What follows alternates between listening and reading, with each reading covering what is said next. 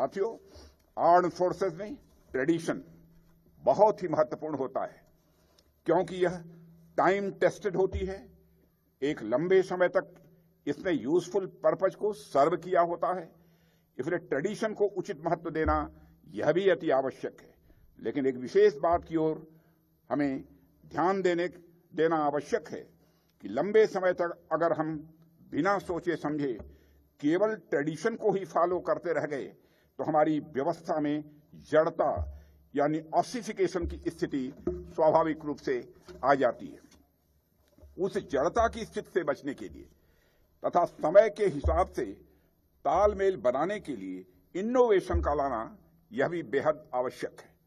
Innovation बदलती परिस्थितियों के अनुसार हमें तैयार करता है और चूंकि दुनिया में हर चीज लगातार परिवर्तनशील है, इसलिए हमें इनोवेशन पर भी उतना ही ध्यान देने की आवश्यकता है। ट्रेडिशन और इनोवेशन के बीच एक बैलेंस बेहद जरूरी है।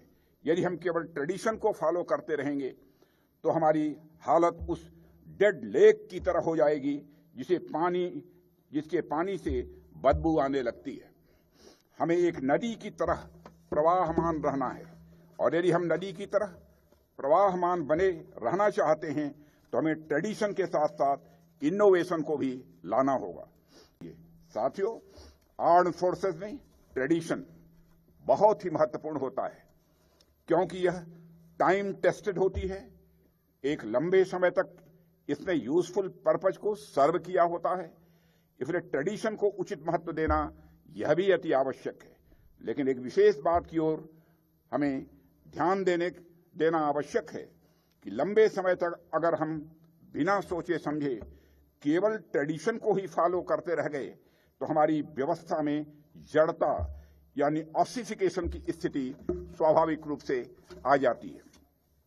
उस जड़ता की स्थिति से बचने के लिए तथा समय के हिसाब से तालमेल बनाने के लिए इनोवेशन का लाना यह भी बेहद आवश्यक है।